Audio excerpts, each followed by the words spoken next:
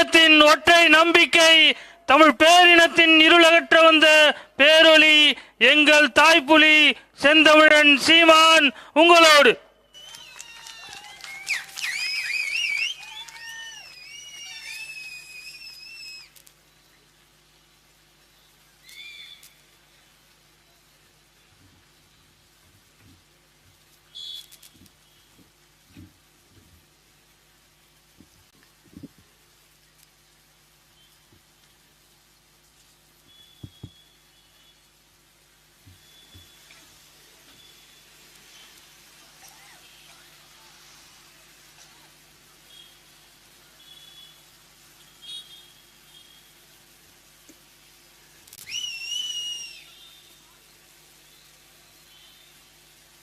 நீண்ட நெடிய வரலாற்று பெருமைகள் பல கொண்ட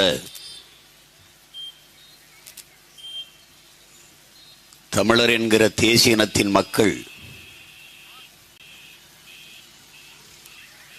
தெற்காசிய முழுமைக்கும் பரவி வாழ்ந்த ஒரு இனத்தின் மக்கள், இந்திய துணைக்கண்டம் முழுமைக்கும் நிறைந்து வாழ்ந்த இனத்தின் மக்கள்.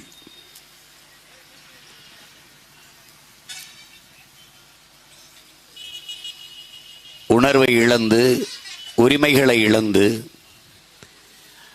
உயிரையும் இழக்கிற அடிமை நிலைக்கு, இழிநிலைக்கு தள்ளப்பட்டு விட்ட பிறகு என் இன மக்களை மற்ற மொழிவழி தேசிய மக்கள் போல உரிமை பெற்று பெருமையோடு வாழ வைப்பதற்கு, இந்த அடிமை நிலையிலிருந்து மீட்பதற்கு, காப்பதற்கு வழி உண்டா என்று யோசித்து ஒரு இனம் முழுமையான விடுதலையை அடைய வேண்டும் என்றால் அது தனக்கென்று என்றைக்கு ஒரு நாடு அடைகிறதோ அன்றுதான் அந்த இனம் முழுமையான விடுதலையை அடையும். இத உலக வரலாற்றின் வழியில் இருந்து உணர்ந்து அறிந்து தெளிந்த எம்முயிர் தலைவன் தமிழர்களின் தாயகத்தில் ஒன்றான தமிழீழ நாட்டை தனித்தமிழீழ சோசலிச குடியரசாக நிறுவ வேண்டும் என்கிற புனித கனவோடு அடிமை வாழ்வினும் உரிமை சாவு மேலானது, சரணடைந்து வாழ்வதை விட சண்டையிட்டு சாவது மேன்மையானது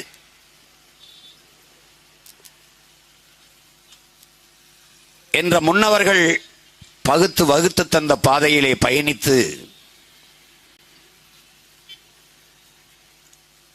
ஆயிரம் ஆயிரம் ஆண்டுகள் அடிமையாக வாழ்வதை விட சுதந்திரமாக சாவது மேலானது, அதுவும் அந்த சுதந்திரத்திற்காக போராடி சாவது அதைவிட மேலானது என்ற பெருங்கனவை கொண்டு உலகத்தில் எந்த நாட்டு இராணுவத்திடம் உதவி கேட்காமல் தன் சொந்த நாட்டு மக்களை, தன் இன சொந்தங்களை, உடன் பிறந்த உறவுகளையே ஒன்று திரட்டி படையாக கட்டி தமிழ் தேசியத்திற்கென்று ஒரு தேச விடுதலைக்கு புரட்சி செய்தவர் எம்முயிர் தலைவர் மேதகுவே பிரபாகரன் அவர்கள். படையை தொடங்குகிற போது ஆயுதங்கள் இல்லை, கையெறில் நிலையில் நின்ற தலைவன் ஏன் உயிரையே ஆயுதமாக ஏந்தக்கூடாது என்ற முடிவிற்கு வந்த, அப்படி உருவாக்கப்பட்ட படைதான் கரும்புலி வீரர்கள், கரும்புலி மறவர் படை. உலகில் பல்வேறு தேசிய இனங்கள் ஆயுதமேந்திய கிளர்ச்சியின் மூலம், புரட்சிகர அரசியலின் மூலம் விடுதலை பெற்றிருக்கிறது. ஆனால் அந்த நாடுகளில், அந்த படைகளில் இல்லாத ஒரு படை, கரும்புலி படை என்ற ஒன்று படையை உலக வரலாற்றில் உருவாக்கியவன் எங்கள் உயிர் தலைவன் தான். உயிர் உன்னதமானதுதான், நான் அறிவேன். ஆனால் அந்த உயிரினும் மேலானது எமது உரிமை, எமது இனத்தின் விடுதலை என்கிற அந்த முழக்கத்தை முன்வைத்தார். உயிரை இழக்கலாம், அது தனிப்பட்ட ஒருவருக்கான இழப்பு, அவர் குடும்பத்திற்கான இழப்பு. ஆனால் உரிமையை இழப்பது என்பது ஒரு தேசிய இனத்திற்கான இழப்பு. எனவே உயிரினும் மேலானது எமது உரிமை.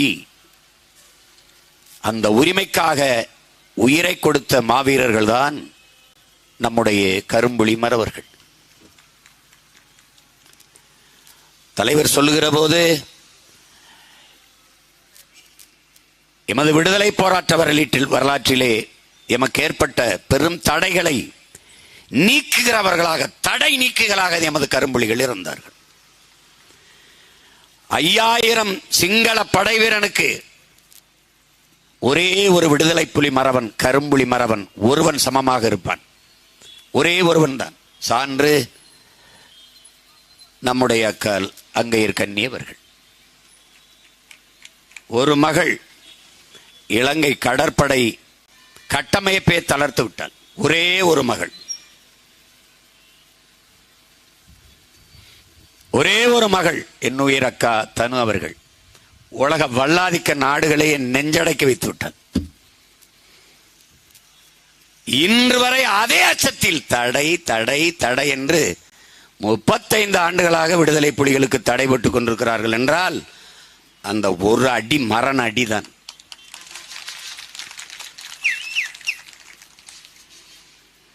நீ எவ்வளவு பெரிய அதிபராம இரு, எவ்வளவு கொம்பாதி கொம்பனாம இரு, என் இனத்தை தொட்டால் தூக்கமடா உன்னை, நீ எங்க இருந்தாலுங்கிறதா அதுக்கு பதில்.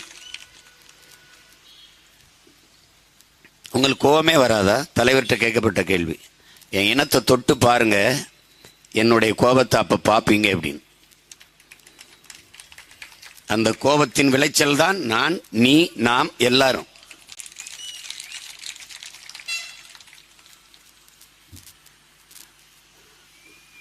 நீ எதிர்காலத்தை போய் ஜாதக நோட்டை கொண்டு போய் சோசியர் இடத்தில் கேட்பாய், நான் எவ்வளவு நாள் வாழ்வேன்.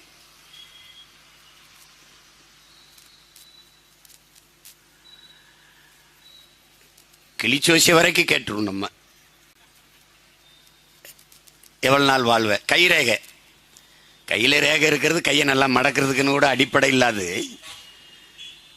அவன் சொல்றான்ல, கையில எதிர்காலத்தை தேடாத, 2 கையும் இல்லாதவனுக்கு எதிர்காலம் இருக்குங்கிறான்.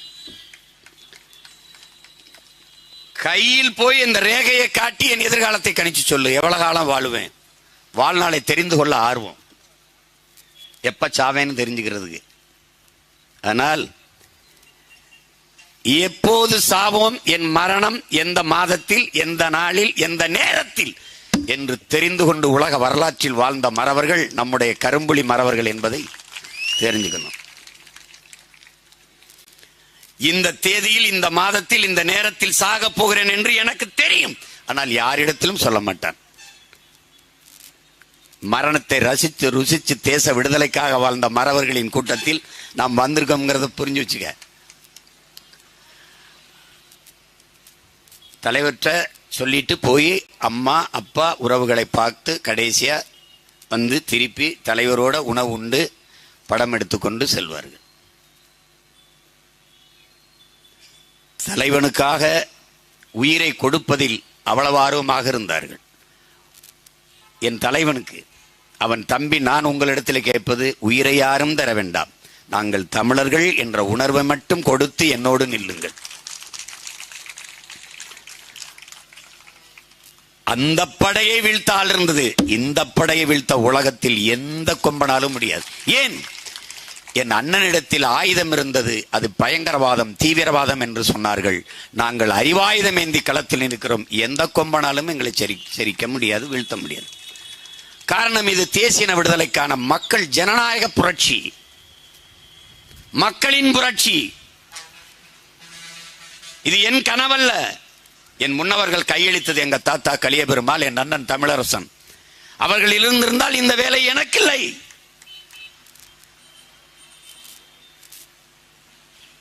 ஆயுதமேந்திய கிளர்ச்சியின் மூலமே அடிமை தமிழ் தேசியத்தின் உரிமையை, விடுதலையை பெற முடியும் என்று நம்பியவர் பொதுவுடைமை புரட்சியாளர் கலியபெருமாள் அவர்கள். வாழ்நாளின் கடைசி நொடியில் உலர்ந்து தெளிந்து நமக்கு அறிவுறுத்துகிறார்.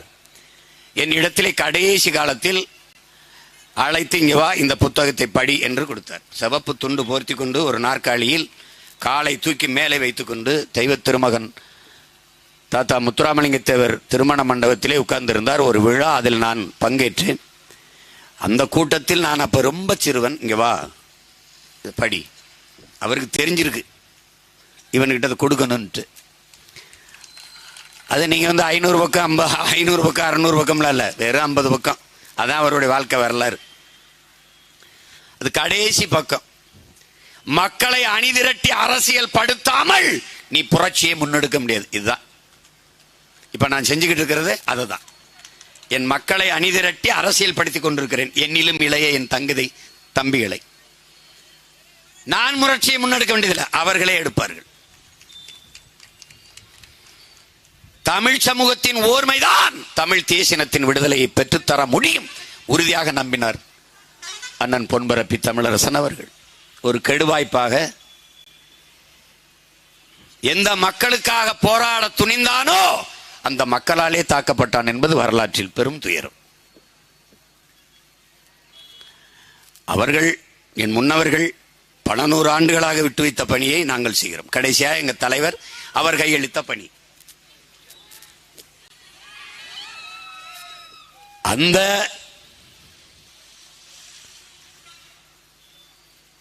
கரும்புலி வீரர்களினுடைய நாள் இன்று ஜூலை 5ஆம் நாள். உலகெங்கும் கரும்புலி மறவர்களுக்கு வணக்கம் செலுத்திக் கொண்டிருக்கிறார்.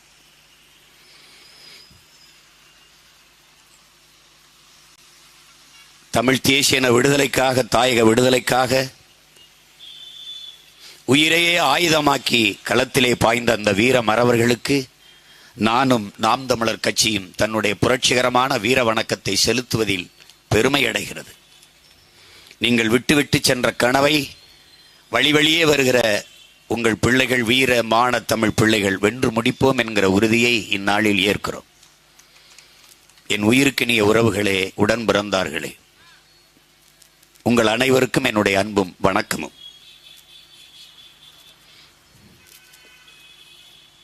மற்றவர்களுக்கு தேர்தல் ஒரு விளையாட்டு, ஒரு அதிகார கைப்பற்றல், ஒரு அதிகார சுவைப்பு, அவ்வளவுதான். நமக்கு அப்படி இல்லை. நமக்கு அடிமை தமிழ் தேசியத்தின் உரிமை மீட்சி, விடுதலை என்கிற பெருங்கனவு. மற்ற அரசியல் கட்சிகளைப் போல நாம் கோட்பாடு கொள்கைகளை கொண்டவர்கள் அல்ல. நாம் ஆகச்சிறந்த தத்துவ நிலைப்பாட்டை கொண்டவர்கள். தாழ்ந்து வீழ்ந்து கிடக்கிற தமிழ் தேசியத்தின் எழுச்சி, மீட்சி என்கிற புனித கனவை சுமந்து நிற்பவர்கள்.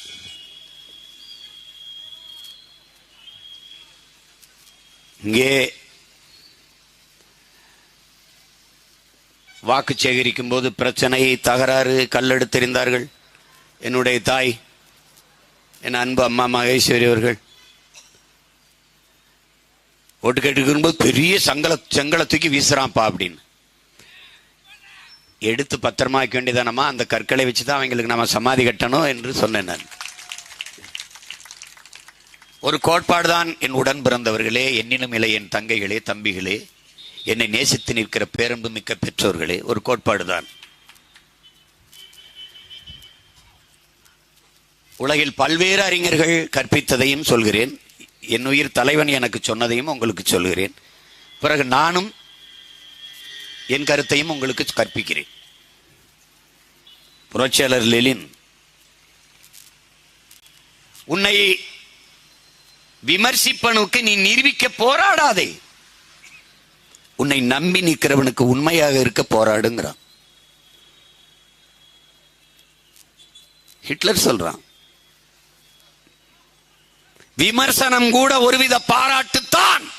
நீ யாரையோ ஒருவனை பொறாமப்பட வைத்திருக்கிறாய். உன்னை பார்த்து எவன் அதிகமாக விமர்சிக்கிறானோ அவன் உன்னை பார்த்து அதிகமாக பயப்படுகிறான். ரசிக்க தொடங்குடாங்கிறான். பேசு பேசு பேசுறியா பேசு, அவ்வளவுதான். 2010 உன்னை இவ்வளவு விமர்சனத்தை எதிர்கொண்டியா? இவ்வளவு இடையூறை எதிர்கொண்டியா? இவ்வளவு தடையை எதிர்கொண்டியா? இல்ல, நீ வளர்கிறாய். எதிரி அலறுகிறான், கதறுகிறான், பயப்படுறான், அவ்வளவுதான். காந்தி என்ன சொல்றார்? முதலில் உன்னை தவிர்ப்பார்கள், அவாய்ட். என்ன எப்படி சொல்லுவான்? Avoid him. பிறகு மறைப்பார்கள், இக்னோர் ஹிம். நம்மளை தவிர்ப்பார்கள், மறைப்பார்கள், அப்படியே கடந்து கடந்து போக பார்ப்பார்கள். பிறகு விமர்சிப்பார்கள், ஏசுவார்கள், பேசுவார்கள், அவதூறுகளை அள்ளி வீசுவார்கள், விமர்சிப்பார்கள். பிறகு சண்டை போடுவார்கள், நீ ஜெயித்து விடுவாய்ங்கிறார். இப்ப என்ன நடக்குது? சண்டைக்கு வரா, நம்ம ஜெயிக்க போறோம், அவ்வளவுதான். இவ்வளவுதான்.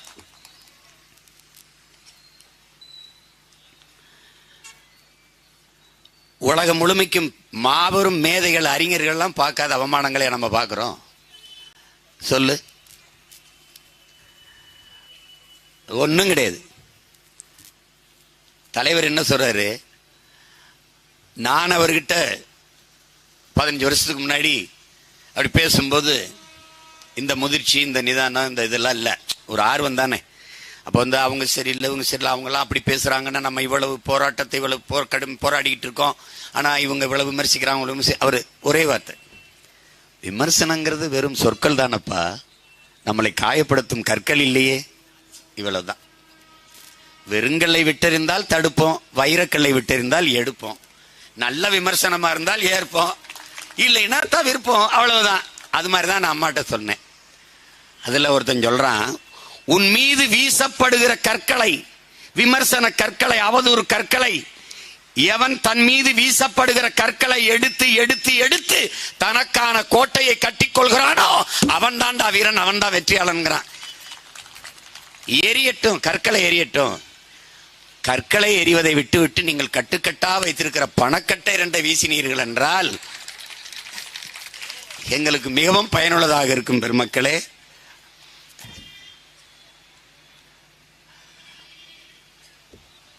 அதுல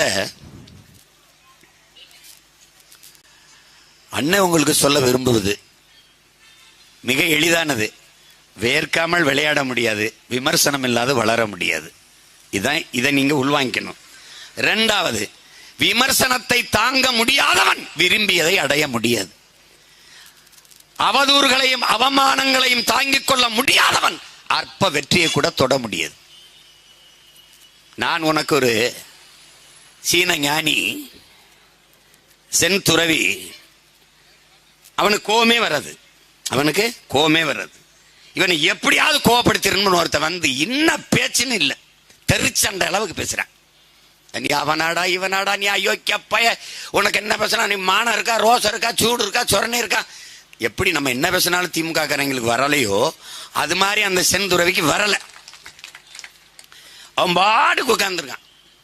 இவன் ரொம்ப நேரம் பேசிட்டு நாக்கு இதாகி வறண்டு வார்த்தைகள் திக்குது, திணறுது. அந்த சென் துறவி தண்ணி எடுத்து வந்து கொடுக்குறாரு. குடிச்சிட்டு திட்டுறான்றார், அதான் அதுக்கு அர்த்தம். அவ குடிச்சிட்டு மறுபடியும் இவ்வளவு திட்டு, வெக்கம் கட்டு மானம் கட்டு, எனக்கு தண்ணியை கூட அந்த அப்படியே இது பண்ற. கடைசி அவன், என்னடா உனக்கு ரோசமே வரல, கோபம் வரல. எனக்கு ஏன் கோபம் வரணும்? ஒரு பொருளை நீ கொடுத்தினா நான் வாங்கணும், வாங்கினாதான் அது ஏன் பொருள்.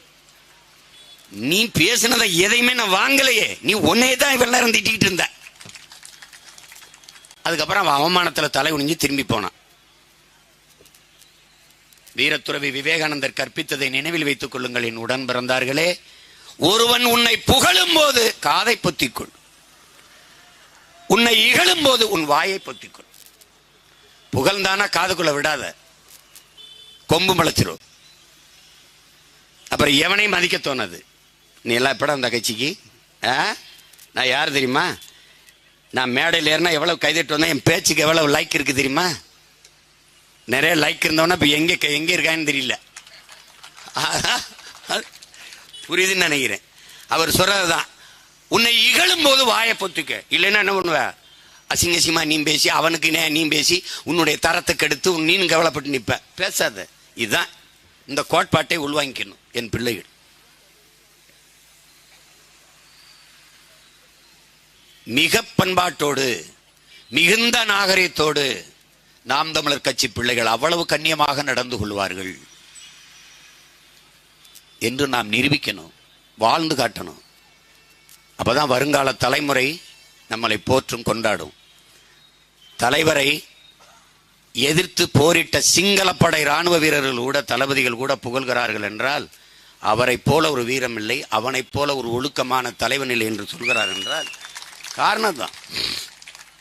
பன்பராக்கு இல்லை, சிகரெட் இல்லை, புகையிலை இல்லை, தேநீர் இல்லை, மது இல்லை. என்னை சொல்றாரு, அந்த அந்த காட்டுக்குள்ள 2 பேர் தான் என்னை போடான்னு பேசியிருப்பாங்க. ஒன்று எங்கள் அண்ணன் பொட்டம்மான், இன்னொன்று எங்கள் அப்பா தமிழேந்தி, ரஞ்சித் அப்பான்னு சொல்றது தமிழேந்தி. 2 பேர் தான். டே அப்படிலாம் இல்லடான்னு. எங்கள் அண்ணன் முன்னாடி அவங்க 2 பேரும் பேசுறது எங்கள் அண்ணன் கஷ்டமா இருக்கும். போடா வாடான்னு தம்பி பேசுறாங்க. எங்கள் அண்ணன் யாரையும் பேச மாட்டாங்க, என்ன இல்லை யாரையும் பேச மாட்டாங்க. விளையாட்டுக்கு கூட நான் என் நண்பர்களை படிக்கும்போது தள்ளிவிட்டதில்லைங்கிறார். இவர் கையில துப்பாக்கி கொடுத்தவன் எவ்வளவு பெரிய யோக்கியனா இருப்பான் பாரு. ஒருவனை கூட தன் வாழ்நாளில் போடாவாடான்னு பேசினதில்லை. தன் நெருக்கமான வகுப்பு தோழரை கூட போங்க வாங்கன்னு தான் பேச. அப்படிப்பட்ட பண்பாளனின் பிள்ளைகள் நீங்கள் என்பதை கவனத்தில் வைத்துக் கொண்டு, உங்களுக்கு சொல்றதுக்கு எனக்கும் தகுதியும் உரிமையும் இல்லைதான். நானும் கோவப்படுறேன், நானும் திட்டுறேன், வைக்கிறேன். ஆனால் நானும் என்னை நான் செதுக்கிக்கிறேன். எப்படி செதுக்கிறேன்? பனைமரம் எப்படி தன் மட்டையை கழிச்சு கழிச்சு பனை ஆகுதோ அப்படி செதுக்கி செதுக்கி நம்மளை நாமே செதுக்கிக்கிட்டு வரணும். ஏன்னா நம்மளை செதுக்க ஒருத்தன் இல்லை. அதனால இதை மறந்துருங்க, இதோட மறந்துருங்க. அதிகபட்சம் இது 3 நாள் ஆட்டம் இந்த விக்கிரவாண்டியில. எல்லா வன்மத்தையும் கோபத்தையும் வெறியையும் தேக்கி வச்சுக்க. 26ல் ஆடுவோம். கையில காலில் எல்லாத்திலையும் சலங்கையை கட்டி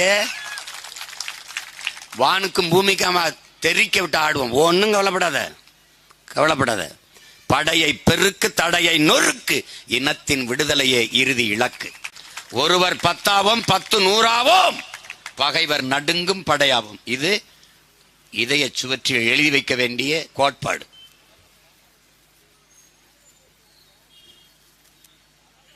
நீ முன்னெடுக்கிற அரசியல் என்ன என்பதை நீ நல்லா உள்வாங்கிக்கணும். நீ அடிப்படை அமைப்பு அரசியல் மாற்றத்திற்கு வந்த புரட்சியாளன். நீ இந்த தலைவர்களோடு உன்னை ஒப்பிட்டுக்கிற. நீ பகத்சிங் நினைச்சுக்க, சுகதேவ ராஜகுரு நினைச்சுக்க, சுபாஷ் சந்திர போஸ் நினைச்சுக்க, உத்தம் சிங் நினைச்சுக்க. நீயே இவங்களோட போய் கம்பேர் பண்ணிட்டு இவங்க ஒப்பிட்டுக்கிற. இது ஒரு அற்ப கூட்டம். இது ஒண்ணும் கிடையாது. இது திமுகங்கிறது கட்சி கிடையாது, கார்பரேட் கன்சர்ன் கம்பெனி. அதுல விசுவாசமா இருக்கிறவனுக்கு பதவி உயர்வு, சீட்டு, அவ்வளவுதான். எவன் அதிக லாபம் ஈட்டி அவன் அதிக கமிஷன் வாங்கி தரானா அவனுக்கு பொறுப்பு, பதவி. அதான் துறை சொன்னான்ல, டேய் நம்ம நல்லது செய்ய வரமோ இல்லையடா, நாட்டுக்கு ஒரு நல்லது செய்ய ஒண்ணுதான்டா இருக்கு. இவங்களை ஒழிச்சுட்டா நம்ம இல்லைன்னா கூட நாடு அவங்களே நல்லது நடந்துரும், நாட்டுக்கு நடந்துரும். திமுக அந்த நச்சு மரத்தின் வேற வெட்டி நீ சாய்க்காம இந்த நாட்டில் நல்ல அரசியல் உருவாகாது, நல்ல ஆட்சி அமையாது. அதிமுக வில்லன் இல்லாத படத்துல ஹீரோக்கு என்னடா வேலை? ஒன்னும் கிடையாது. படம் தொங்கி சொம்பலாரு ஒண்ணுமே இல்லைங்க, ஒரு விருப்பம் இல்லைங்க, ரொம்ப அழகா இருக்குங்கன்றான். ஒன்னும் கிடையாது. அதனால இது வரைக்கும் பாருங்க, 60 ஆண்டுகள் ஒரு கோட்பாட்டை உருவாக்கிட்டோம். 100 ஆண்டு ஆயிடுச்சுன்னு. திராவிடம்னா என்னன்னு தெரியல, இதுவரை தெரியல. ஆரிய மாயை என்றார்கள், அதை விட கொடிய மாயை திராவிட மாயை. ஒருத்தனுக்கும் ஒரு விளக்கம் தெரியாது, ஒன்னும் தெரியாது. கடைசியா திராவிட மாடலினுடைய தலைவர் நாயகன் நமக்கு சொல்லுது, திராவிடம் என்றால் என்ன என்று கேட்கிறார்களே அவர்களுக்கு சொல்லுவேன், இந்த கல்யாணம் தான் திராவிடம், கல்யாணம் தான் திராவிடம்டா.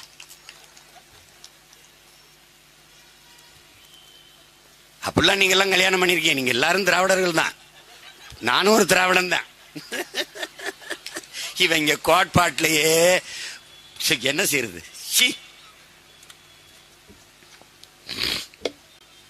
உட்காரு உட்காரு, ஒரு சின்ன தூரலுக்கு எந்திரிச்சு போற, ஒரு மலைக்கு எந்திரிச்சு போற, கொட்டி விழுந்த குண்டு மலையில ஓடாம நின்ன இனத்தின் மக்கள்ல நீ ஒரு குளிர் மலைக்கு நகர்ற. கேவலம் கேவலம்.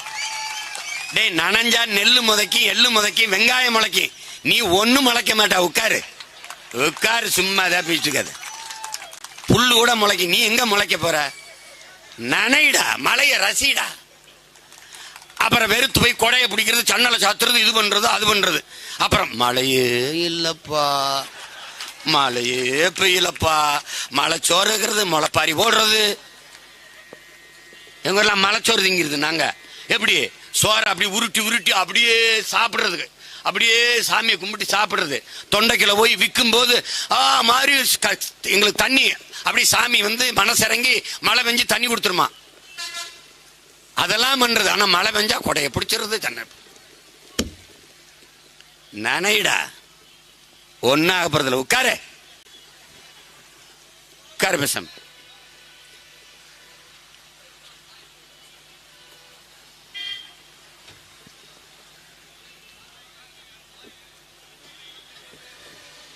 பேண்ட் சட்டை போட்டிருக்க, நீ ஏந்திரிச்சு போற, புடவை கட்டிருக்க, அக்கா தங்கச்சியெல்லாம் உட்காந்துருக்கு. வெக்கமா இல்லடா உனக்கு? என்ன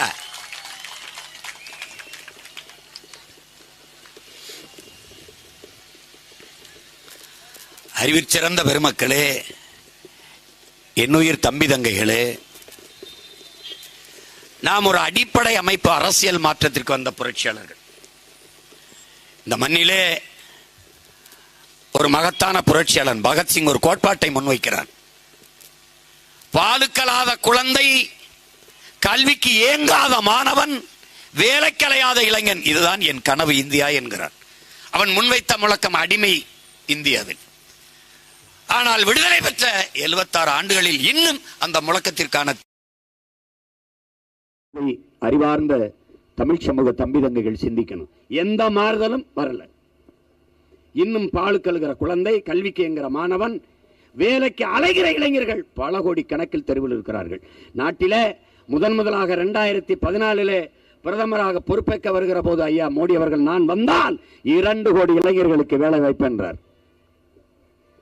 ஏதாவது நடந்திருக்கா? நடந்திருக்கா? பச்சிலம் குழந்தைகள் பசியோடு இன்றும் உறங்கப் போகிறார்கள். என் தேசத்தின் பிள்ளைகள் பசியோடு உறங்க செல்ல மாட்டார்கள் என்கிற உறுதியை எந்த ஆட்சியாளராவது தந்திருக்கிறார்களா? இல்லை. அப்புறம் வளர்ச்சி பத்தி நீ ஏன் பேசுற? உனக்கு வளர்ச்சிக்கு என்ன சம்பந்தம் இருக்கு? என்ன சம்பந்தம் இருக்கு? எண்ணியல் India, digital India, digital India develop. நாங்கள் வல்லாதிக்கமாகிறோம், வல்லரசாகிறோம். கேட்கும்போது இனிக்கும், ஏதோ வல்லரசா. ஐயா விஜயகாந்த் படம் வல்லரசு தான், அது பார்க்க நல்லா இருக்கும் அந்த படம். ஆனா இவங்க படம் ரொம்ப கேவலமா இருக்கும், ரொம்ப கேவலமா இருக்கும். நீ பாரு, நேத்து பிரிட்டன்ல தேர்தல், நல்லா கவனிச்சுக்கணும் என் தம்பி தங்க. நேத்து போட்டும் போட்டும்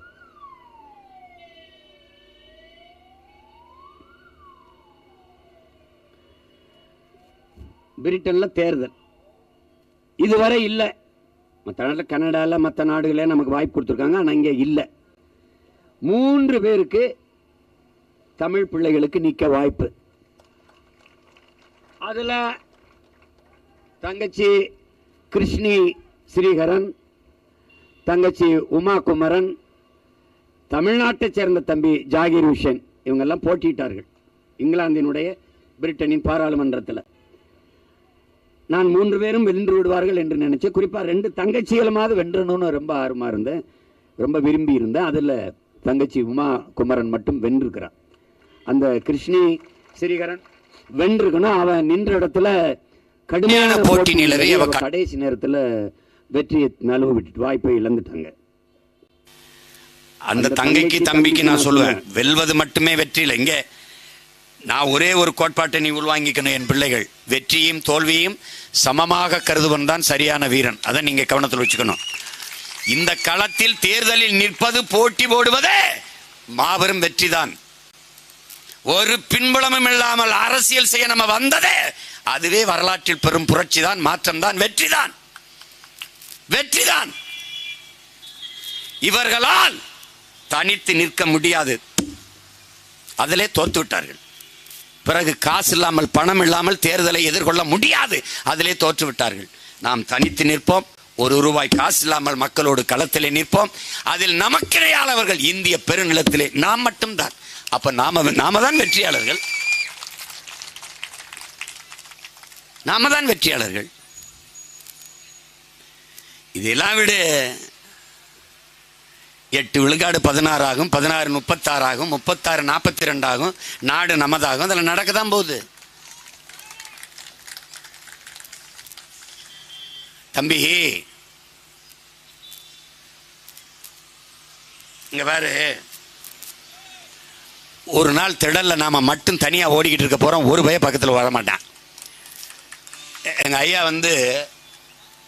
ஒருத்தர் டிஎஸ்பியா இருந்து ஓய்வு பெற்றார். என்னோட ஒய்எம்சியில் ஜெகதீஷுக்கு தெரியும்னு நினைக்கிறேன். என்னோட ஒய்எம்சியில் பயிற்சிக்கு வருவார். அவர் வயசாயிருச்சு, 80 வயசு. ஆனால் 100, 200, 400 ஓடுவார். உன்னால் நம்ப முடியாத பேரு. எங்கள் அளவுக்கு பயிற்சி எடுப்பார். அவரு அம்பத்தூர்ல இருக்கிறார். அவரு அங்கிருந்து ஒரு பேருந்து மாதிரி, இன்னொரு பேருந்து மாதிரி சரியா 6 மணிக்கு ஒய்எம்சிக்கு வந்துடுவார். வந்து பயிற்சி எடுப்பார். அப்ப உலக அளவில் நடக்கிற போட்டிகள்லாம் போவார். அவர் எல்லா மையங்களுக்கும் குடும்பத்தை செட்டில் பண்ணிட்டாரு, ஓய்வூதியம் வருது. அதோட ஒரு பெரிய தொழிற்சாலையில் வாயில் காவலர். இந்த காசை வச்சுக்கிட்டு எல்லா நாட்டு போட்டியிலையும் போவார். குறிப்பா மலேசியாவில் சர்வதேச உலக அளவில் போட்டி, இன்டர்நேஷனல் ஸ்போர்ட்ஸ் இது காம்படிஷன், இதில் இந்த ஐயா போறாரு. போனவது 100 மீட்டரில் கால் வச்சு நிற்கிறாரு. யாருமே இல்லை இந்த கோர்ட்டில், அவர் மட்டும் நிற்கிறாரு. அவரை வென்றதா அறிவிச்சிருது, போயிடுறாரு. அதுக்கப்புறம் 200 அவர் மட்டும்தான் கோர்ட்டில் போய் ஒரு மார்ச் நிற்கிறாரு. ஒருத்தனும் இல்லை, நீ தான் வென்றாயின்றாங்க.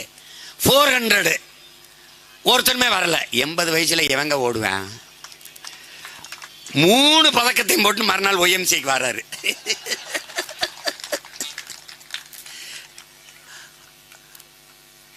ஒரு நாள் எல்லா பதக்கத்தையும் நாம தான் வெல்ல போறோம். நீ ஒருத்தனும் கூட ஓடி வர போறது இல்லை. நீ ஏன் கவலைப்படுற தம்பி? இந்த புரட்சி கிளர்ச்சி எல்லாம் எப்படி வரும்னு நினைக்கிற? லெலின்ட்ட கேட்கிறாங்கல்ல, என்ன லெலின் புரட்சி புரட்சிங்கிற, அது எப்பத்தான் வரும்னுட்டு. அவன் சொல்றான், டேய் இது தனி ஒரு மனிதனின் கட்டளைக்கு பிறக்காது புரட்சி. புரட்சி வா அப்படின்னு சீமான் சொன்னா, அது இந்திய நாட்டின் அதிபர் சொன்னா அப்படிலாம் வராது. அது வரலாற்றின் போக்கிலே முதிர்ச்சி அடைந்து அகச்சூழல் புறச்சூழல், வெளிநாட்டு அழுத்தங்கள், உள்நாட்டு கிளர்ச்சி, உள்நாட்டு நெருக்கடி, இதெல்லாம் சேர்ந்துதான் புரட்சி உருவாகுங்கிறான். அப்ப அது எப்பதான் வரும்? இதுவரை வாழ்ந்தது போல இனி எப்போதும் வாழ முடியாது என்கிற நிலை உருவாகுமானால் மக்கள் தாங்களாகவே புரட்சி செய்ய தொடங்குவார்கள். அது இலங்கையில நடந்துச்சு, இங்க நடக்கும் விரைவில். இப்ப தண்ணி இல்லை, அரிசி பருப்பு விலை ஏறிடுச்சு, பால் விலை ஏறிடுச்சு, மின்கட்டணம் உயர்ந்துருச்சு, எரிகாற்று ஊர்ல விலை ஏறிடுச்சு, சொத்து வரி ஏறிடுச்சு, எல்லாம் ஏறிடுச்சு. நீ வாழ முடியாதுங்கிற சூழலை வரும்போது இப்ப எல்லாம் கைகட்டி காசு வாங்கிட்டு நீ ஒரு நாள் கை நீட்டி அடிப்பா பாரு, அதுதான் புரட்சி. இது எவ்வளவு நாள் ஆகும்? நாளைக்கு கூட நடக்கலாம், நாளை மறுநாள் கூட நடக்கலாம். ஆனால் நடக்கும், உறுதியா நடக்கும். அன்னைக்கு யார் நிப்பா புரட்சியாளரோடு? நாங்க தான் நிற்போம். நிச்சயமாக இந்த நிலத்தில் ஒரு புரட்சி உருவாகும். அதற்கு தலைமை ஏற்க என் தம்பி தங்கைகள் தயாராக இருங்கள்.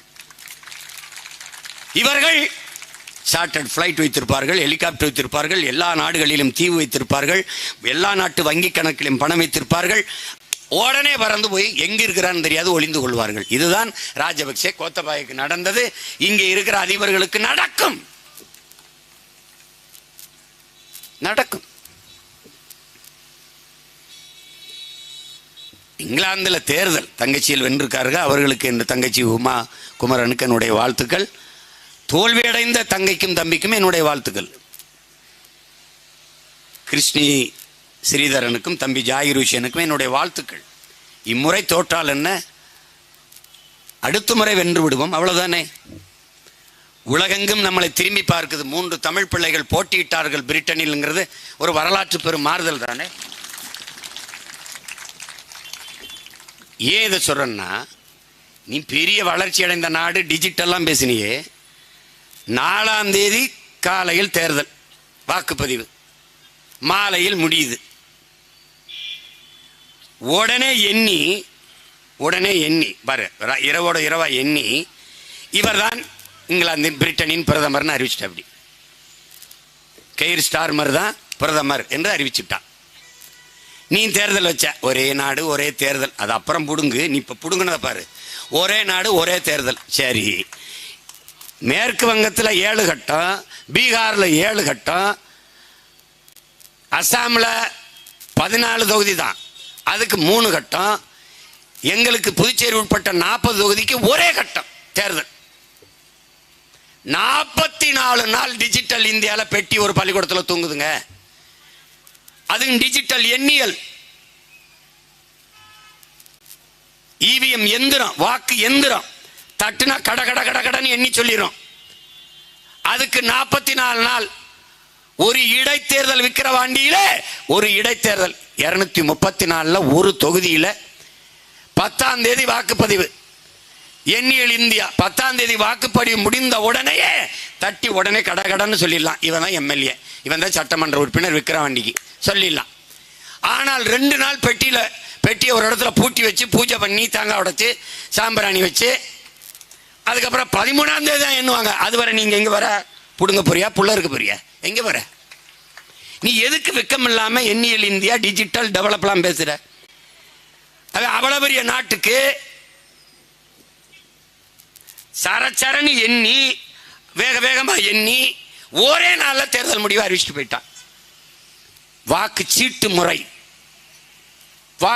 முறை என்ன பிரிட்டனை விட நீ பெரிய வளர்ந்த அப்படி இதாயிட்டியா சொல்லு. அவன் இந்த இதுக்கு வரலையே, இந்த வாக்கு எந்திரத்துக்கு வரலையே.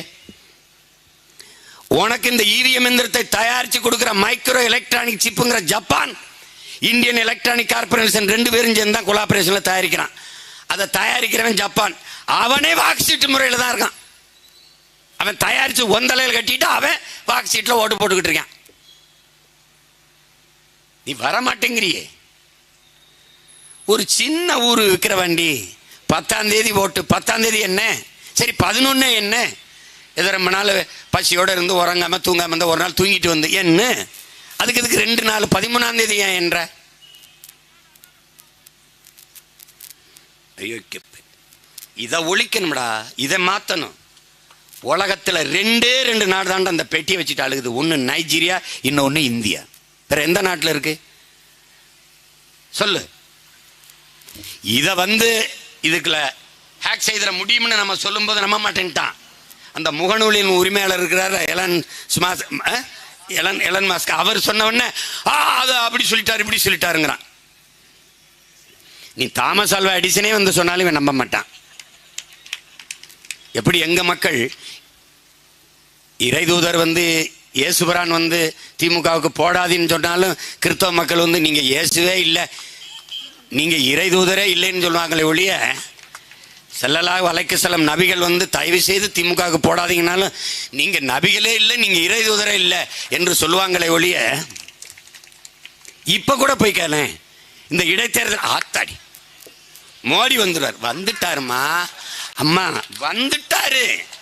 2014 சீமானுக்கு போட்டால் மோடி வந்துட்டார். 2019 நாம் தமிழர் சீமானுக்கு போட்டால் மோடி வந்துட்டார். 2024 சீமானுக்கு போட்டால் மோடி வந்துருவார். அவருக்கு போடாத வந்துட்டார்.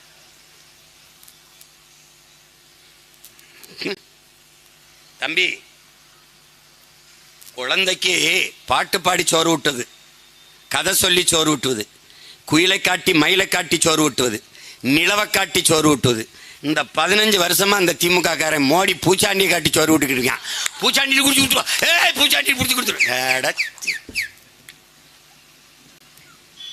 ஒரு கொள்கைக்காரன், ஒரு கோட்பாட்டை கொண்ட வீரன், நாங்கள் இருக்கிற வரை பிஜேபி வராதரா, வெல்லாதரா, வளராதரா, அவன் தான்டா வீரன். நான் சொல்றேன், அதிகாரம் இல்லை, ஒண்ணுமில்ல. நாம் தமிழர் படையோடு இந்த நிலத்தில் நிற்கிற வரை பிஜேபி வளராது, வாழாது, வெல்லாது. தமிழ்நாட்டில் வெல்லாது. நாட் ஒன்லி பிஜேபி, காங்கிரஸ் தான். திராவிடம் இருக்கிறவர் தான் தோல்ல ஏறுவ. நான் ஜெயிச்சிட்டேன், என் எல்லையில இல்லை, நீ என் நிலத்திலே நீங்க ஆள் வைக்க முடியாது. ஒத்த ஓட்டு உனக்கு கிடையாது. இவனுக்கு என் இனம் செத்ததை பத்தி இவன் சாகிறத ரசிப்பான். தமிழன் செத்து கிடக்கும் போது இவன் பிறந்த நாள் கொண்டாடுவான், பிரியாணி சாப்பிடுவான். ஏன்? என் ரத்தம் வேற, ரத்தம் வேற. 20 பேர் ஆந்திர காடுகளை சுட்டு போட்டான், செத்து கிடந்தான். கண்டனம், கருத்து, ஆர்ப்பாட்டம், போராட்டம். சந்திரபாபு நாயுடுக்கு ஒரு கண்டனம், ஒரு இழப்பீட்டு தொகை. ஒரே ஒருத்தன் தான் கேட்டேன், ஒரு மரக்கட்டைக்கு இருக்கிற மதிப்பு மான தமிழன் உயிருக்கு இல்லையாடான்னு. ஒரு பயம் அந்த நிலத்தில் கேட்கல. என்னை தவிர எவனும் பேசல. இது ஒரு கொடுமை, இது ஒரு கொடுமையான இனம். அடிப்படையை, அமைப்பை, அரசியலை நாம் மாற்றணும். ஆளை மாற்றி, ஆட்சியை மாற்றி பயனில்லை. இந்த நாடு ஏற்றுக்கொண்டிருக்கிற இந்த கல்விக் கொள்கை, பொருளாதார கொள்கை, இந்த தொழிற்கொள்கை, இந்த நீர் மேலாண்மை, இதிலெல்லாம், இந்த நீர் கொள்கை, இதிலெல்லாம் நீ இருந்தீன்னு வச்சுக்க, எந்த கொம்பாதி கொம்ப வந்தாலும் இந்த கேவலத்தில் தான் ஆட்சி இருக்கும். என்ன பண்ணும்? அமைப்பை மாற்றணும். பொருளாதார கொள்கையை மொத்தமா மாற்றணும். தண்ணீர் விற்பது தனியார் இல்ல, ban it. No plastic, no polythene, ban. அப்ப என்ன? மறுபடி துணி பைக்கு வா, மறுபடி துணி பைக்கு வா, கோணி சாக்குக்கு வா. அதான கொண்டு போன, அதான பண்ண.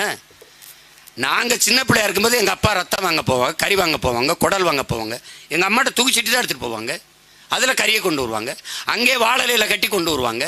அங்கே பனை ஓலையில, மட்டையில, பனை ஓலையில அந்த மட்டையை பிடிச்சா அதுல கட்டி கொண்டு வருவோம். பட்டையை பிடிச்சா அதுல கொண்டு வருவாங்க கறியை. அப்படித்தான். உனக்கு நொடங்கட்டது எப்படி வந்தது தெரியுமா? அந்த வரலாறு தெரியுமா? கால் எலும்பு, கை எலும்பு உடஞ்சிட்டா அப்படி கட்டினான் தெரியுமா? நம்ம முன்னவன்ல ஒருத்தன் கசாப் கடையில் கறி வாங்கியிருக்கான். கறியை வாங்கி வீட்டுக்கு கொண்டு போறதுக்கு அவன் கூறு கூறா வெட்டி வெட்டி தானே, சின்ன சின்ன துண்டுகளா வெட்டி வெட்டி தானே கொடுப்பான். அதை ஒரு பக்கத்துல இருந்த ஒரு செடியில ஒரு இலையை பறிச்சுட்டு வந்து, பெரிய இலைய அதுல உள்ள வச்சு சுத்தி கட்டி வீட்டுக்கு எடுத்துட்டு போயிருக்கான். வீட்டுக்கு எடுத்துட்டு போய் சரி சமைக்கிறதுக்கு கறியை எடுத்து அலசுவோம்னு பிரிச்சா எல்லா கறியும் மொத்தமா ஒட்டிக்கிருச்சு.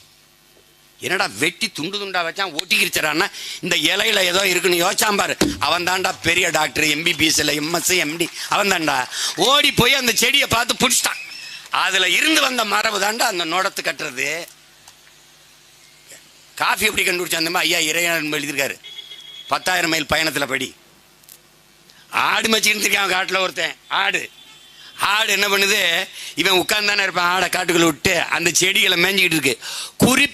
குறிப்பிட்ட ஒரு இடத்துல மேய்ஞ்சிக்கிட்டு இருக்கிற ஆடுகள் வந்து துள்ளுது, இப்படி ஓடுது, அப்படி ஓடுது. என்னடா இந்த ஆட்டுக்கு ஆயிடுச்சுன்னு ஓடி போய் பாக்குறான். இல்ல என்ன பிரச்சனை? அங்கே மேய்ற ஆடு அமைதியா இருக்கு, இங்கே மேய்ற ஆடு, இந்த இடத்துல இந்த செடியை மேய்ற ஆடு மட்டும், இந்த இடத்துல இந்த செடியை மேய்ற ஆடு மட்டும் இவ்வளவு துள்ளுது. என்னன்னு பார்த்தா அந்த இலையில ஏதோ இருக்குடா, அந்த செடியில ஏதோ இருக்குன்னு கண்டுபிடிக்கிறான். அதான்டா காஃபி. இப்படித்தான் ஒவ்வொன்றும் கண்டுபிடிச்சிருக்கான். அது மாதிரி இவங்களை எப்பாடுபட்டாவது ஒழிக்கணும். நீ எடுக்கிற அரசியல் என்னன்னு நல்லா கொஞ்சிக்க. இங்க என் உடன் பிறந்தவர்களே, சேவை அரசியல், செயல் அரசியல் கிடையாது. நம்ம சொல்றோங்கிறதுக்காக ஐயா ஸ்டாலின் அன்னைக்கு சொல்றாரு பாருங்க, இங்கே வந்து சேவை அரசியல், செயல் அரசியல் தான் அப்படின்னு. தெரியலையே, அப்படி ஒன்றும் தெரியலையே.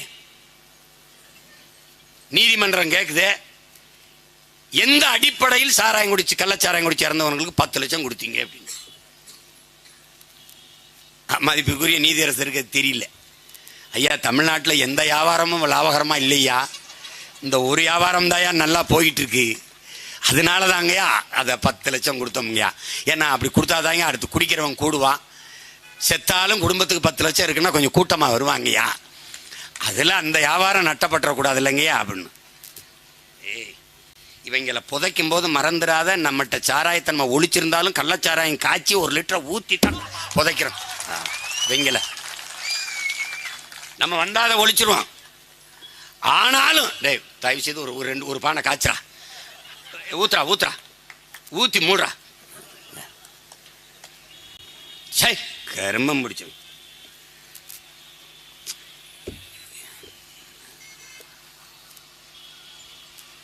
அப்ப செய்தி அரசியல் மட்டும்தான் இவர்கள்ட்ட இருக்கு.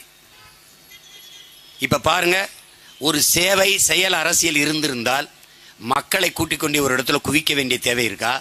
அவர்களுக்கு இப்படி 3000 4000 5000 என்று பணம் கொடுக்க வேண்டிய தேவை இருக்கா?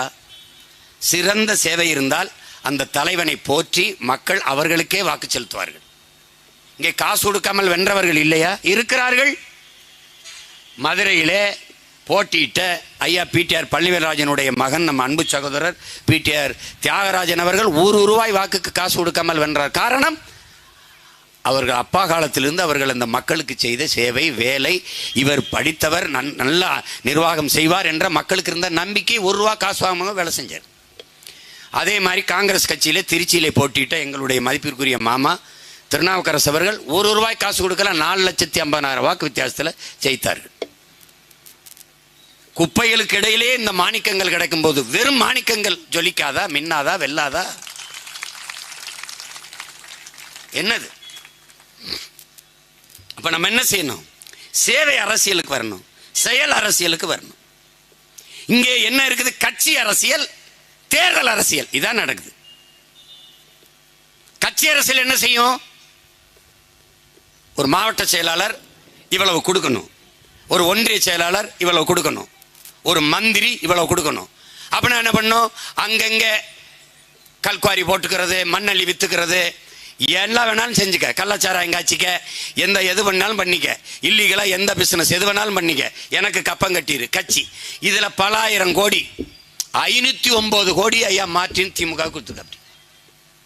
கட்சி லாட்டரி வித்தது, கட்சி லாட்டரி வித்து நடத்துறது, இந்த மாதிரி சூதாட்டத்தில் வர்ற காசை வச்சு நடத்துறது. அரசு போதைப் பொருள் சாராயம் வித்து வர்ற காசில் நடத்துறது. எப்படிப்பட்ட ஆட்சி?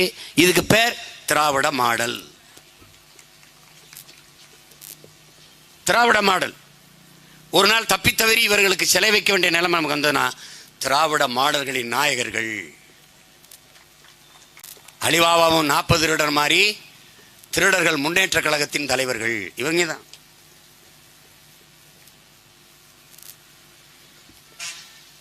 என்னங்கிறீங்க? பேச்செல்லாம் கொல்ல பேச்சு. திமுக ஐயோ ஐயோ ஐயோ திமுக, அது நான் நீட்டை கொண்டு மோடி இப்படி பண்ணிட்டார் அப்படி பண்ணிட்டாருன்னு கத்தி அடிச்சவர் கையில கொடுத்தது இவங்க தான். இப்ப குத்துறாரு கொலை பண்றாரு, குத்துறாரு கொலை பண்றாருன்னு கத்துறாங்க. எதை பற்றியுமே பேச தகுதியோ நேர்மையோ இல்லை. திடீர்னு அருமை சகோதரர் ராகுல் காந்தி வந்து சாதி வாரி கணக்கெடுப்பு எடுக்கணுங்கிறார். நேத்தான கட்சி ஆரம்பிச்சு இன்னைக்கு எம்பி ஆயிருக்காரு. விடுதலை பெற்ற இந்தியாவை 1/2 நூற்றாண்டுகளாக ஆண்டவர்கள் அவர்கள்தான்.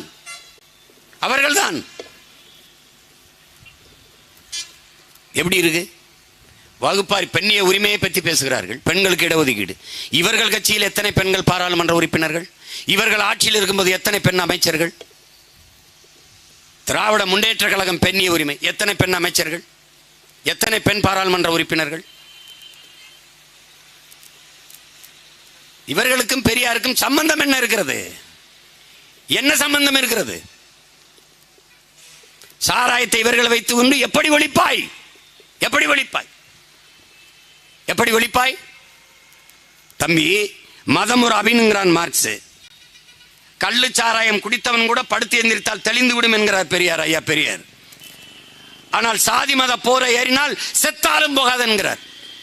அப்ப சாதி மதம் என்பது சாராயத்தை விட கொடிய போதையாக இருக்கிறது. அந்த போதையை வைத்துக் கொண்டு அரசியல் செய்பவன் எப்படி அற்ப சாராயத்தை ஒழிப்பான்? எப்படி ஒழிப்பான்? இந்த போதையை பற்றி எப்படி கவலைப்படுவான்? செத்தாலும் நீ சுடுகாடு போற வரைக்கும் உன்னோட கூட வருது இந்த சாதி மத போதை. ஒவ்வொரு மதத்துக்கும் தனித்தனி சுடுகாடு, தனித்தனியாக புதைக்கும் இடங்கள். ஒவ்வொரு சாதிக்கும் தனித்தனியாக புதைக்கும் இடங்கள் சுடுகாடு. அப்ப செத்தாலும் போகாத போதை சாதி மத போதை. அதை கெட்டியாக பிடித்துக் கொண்டு அற்ப கீழான உணர்ச்சியை தூண்டி அரசியல் செய்கிற இவர்கள் எப்படா சாராயத்தை ஒழிப்பான்? எப்படி இந்த மது போதை எப்படி ஒழிப்பான்? மது போதையை விட கொடியது மத போதை என்பதை நீ உணராததா? ஒரு நாட்டின் அரசிற்கும் மதத்திற்கும் 5000 கிலோமீட்டர் தூரம் இருக்கணும். அரசுக்கும் மதத்துக்கும் என்னடா சம்பந்தம் இருக்கு? எதுக்கு அது? ஒரு அரசு எல்லாவற்றையும் கடந்த மனிதம் போற்றுகிற அரசா இருக்கணும்.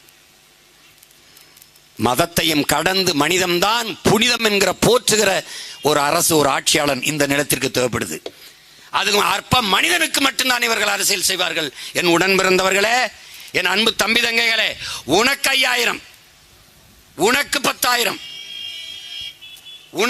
உனக்கு மிக்சி, உனக்கு கிரைண்டர், உனக்கு டிவி, உனக்கு ஃப்ரிட்ஜ், இது உனக்குத்தான், மனிதனுக்கு மட்டும்தான். அப்ப அரசியல் மற்ற உயிர்களுக்கு காக்கைக்கு, கொக்குக்கு, நாய்க்கு, நரிக்கு, பூனைக்கு, ஆடு மாடுக்கு, சிங்கம்புலி கரடிக்கு, யானைக்கு, உலகில் இத்தனை உயிர்கள், மரம் செடி கொடிக்கு ஏன் நீ சிந்திக்க மாட்ட? 400 அடி 500 அடி 800 அடிக்கு நீ ஆழ்குழாய் போர்வெல்லை உள்ள இறக்கி நீரை உறிஞ்சிக்கிற. எந்த மரம்டா 500 அடிக்கு வேற உள்ள இறக்கும்? பனை மரத்தை தவிர. அந்த பனை மரமே கழுத்து முறிஞ்சு சாகுது என்றால் 1000 அடிக்கு கீழேயும் தண்ணி இல்லை என்பதை உனக்கு உணர்த்துது. பாலைவனத்தில் பனை வராது, வறண்ட நிலத்தில் பனை வரும். ஆனால் அந்த நிலத்தில் 1000 அடிக்கும் கீழே தண்ணி இல்லை என்றால் உன் நிலம் பாலைவனமாகுது. அது எச்சரிக்குது உனக்கு. நீ அதை கவனிக்க மாட்ட? ஏன் கவனிக்க மாட்ட? எந்த புரிதலும் இல்லை. அந்த இடத்துக்கு நீ வருவதுதான் செயல் அரசியல், சேவை அரசியல். செயல் அரசியல் என்ன? பல கோடி பனை திட்டம், 10 ஆண்டு பசுமை திட்டம். இதை செயல்படுத்துவது செயல் அரசியல், சேவை அரசியல். நீ அங்க வரணும். செயல் அரசியல், சேவை அரசியல் பசிக்கு சோறு போடுவதல்ல, நிரந்தர பசியை போக்குவது. பசி என்ற சொல்லே இல்லாமல் ஒழிப்பது, அதான் சேவை அரசியல். இப்போ ஒரு தலைவன், ஒரு மனிதன், ரெண்டுக்கு வேறுபாடு இருக்கு. இப்ப ஒரு தம்பி பசிக்குது என்கிட்ட கேட்கிறான், இந்தா 200 ரூபா போய் சாப்பிட்டுக்க. நான் ஒரு மனிதன், அவ்வளவுதான், நல்ல மனிதன், அவ்வளவுதான். இப்ப என்கிட்ட இன்னொருத்த வர்றான், இப்ப நான் தலைவன், என்கிட்ட வர்றான், பசிக்குது ஐயா, இந்தா 200 ரூபா சாப்பிட்டு இங்க வா, நான் இங்க இருப்பேன், என்னை பார்த்துட்டு போ. திருப்பி வரான், ஐயா சாப்பிட்டியா? நல்லா சாப்பிட்டியா? சரி உட்கார் உட்கார். எந்த ஊர் நீ? உன் பேர் என்ன? என்ன படிச்சிருக்கேப்பா? பிஏ படிச்சிருக்கியா? அப்பா என்ன வேலை செய்கிறாங்க? விவசாயி. சரி சரி சரி சரி. அப்படியா? ஏன் உனக்கு சாப்பிடல? காசு இல்லை, வேலை இல்லை. இப்போ ஒரு தலைவர் என்ன யோசிப்பான்னா, ஒரு பட்டம் படித்த ஒரு இளைஞன் ஒரு வேளை சாப்பிட முடியாமல் வறுமையில் இருக்கிறான், வேலை இல்லாமல் இருக்கிறான்னா இந்த நாட்டில் இந்த மாதிரி எத்தனை லட்சம் இளைஞர்கள் இருப்பான். இப்போ இவனுக்கு என்ன பண்ணணும்? ஒரு வேளை பசிக்கு காசு கொடுத்து பசி அமர்த்திட்டோம். ஆனால் இவனுக்கு 3 வேளைக்கும் சாப்பாடு கிடைக்க வேலை செய்யணும், பசி இல்லாமல் இவன் வேலை செய்யணும். அதுக்கு என்ன செய்யறதுன்னு ஒரு திட்டத்தை தீட்டி அதை நிறைவேற்றி அவனுக்கு வேலை வாய்ப்பை கொடுத்து, அவனை மாதிரி படிச்சுட்டு வேலை இல்லாமல் இருக்க எல்லாருக்கும் வேலை வாய்ப்பை கொடுத்து நிரந்தர பசியை போக்குறவன் எவனோ அவன்தான் தலைவன். இவர்கள் அரசியல்வாதிகள் தேர்தலை மட்டுமே சிந்திப்பார்கள், தேர்தலில் எப்படி வெற்றி பெறுவது என்பதை சிந்திப்பார்கள். ஒரு கட்சி வென்றுவிட்டால் தேர்தல் 5 வருடத்துக்கு ஒரு தடவை வருது, முடிஞ்சு. இப்போ விக்கிரவாண்டியில் வந்திருக்கு, சரி, தேர்தல் முடிஞ்சோன்னு அதை மறந்துடணும். அடுத்த தேர்தல் வரும்போது அதை பற்றி சிந்திக்கணும். அதுக்கப்புறம் என்ன சிந்திக்கணும்? மக்களை பற்றி சிந்திக்கணும். விக்கிரவாண்டியில் என்ன தேவை? டாஸ்மார்க் சரக்கை சேமித்து வைக்க நீ கூட வச்சிருக்க, ஆனால் நாங்கள் உழைத்து விளைய வைக்கிற உணவுப் பொருளை சேமிக்க உணவு சேமிப்பு கிடங்கு வச்சிருக்கியா? இத்தனை ஆண்டுகளில் ஒவ்வொரு மாவட்ட தலைநகரிலேயாவது உணவு சேமிப்பு கிடங்கு இருக்கா? இல்லை. அப்போ அங்க போவதுதான் சேவை அரசியல், செயல் அரசியல். அந்த அரசியலை நாம் முன்னெடுக்கணும். தேர்தலை பற்றியே இவர்கள் சிந்தித்துக் கொண்டே இருப்பார்கள். ஆட்சிக்கு வந்ததில் இருந்து அதை பற்றியே சிந்திப்பார்கள். அது எப்படின்னு அதை பற்றியே சிந்திக்கிறார்கள். அதை பற்றி சிந்திப்பதாலே தான் கல்லூரிக்கு போகிற பெண்களுக்கு 1000, குடும்ப தலைவிக்கு 1000, சாராயம் குடிச்சு செத்தால் 10 லட்சம். இதெல்லாம் எதை நோக்கி? தேர்தலை நோக்கி. தேர்தலை நோக்கி. நல்லா கவனிச்சுக்கணும், அது ரொம்ப முக்கியம். அப்ப நம்ம அரசியல் மாற்றத்திற்கு போராடணும். நம்ம வேற அரசியலை செய்யணும். இந்த அரசியலை அழிச்சிடணும். தம்பி புரட்டாசுரி சொல்லுவான்ல, நீங்க தப்பு தப்பான்றீங்க, அழிச்சிட்டு முதல்ல இருந்துங்க, நான் முதல்ல இருந்து சாப்பிட்றோம், முதல்ல இருந்து என்னங்க, அது மாதிரி இதை அழிச்சிட்டு நம்ம முதல்ல இருந்து 1, 2 எழுதணும். அதனாலதான் அடிப்படை அமைப்பு அரசியல் மாற்றமே எங்கள் இலக்குன்னு சொல்றது காரணம் அதுதான். எல்லாவற்றையும் மாற்றணும். நிர்வாக முறையை மாற்றணும். இந்த காவலர்கள்லாம் மழையில் நனைஞ்சுக்கிட்டு எதுக்குன்னு சொல்லு. நிறைந்த தீவிரவாதிகளுக்கு இடையில, பயங்கரவாதிகளுக்கு இடையில கூட்டம் நடக்குதா? அப்படிலாம் ஒன்றும் இல்லையே. சொந்தக்காரங்களுக்கு இடையில உட்காந்து பேசிட்டு இருக்கிறோம். நான் சொல்றேன், நீ சிரிக்கிற.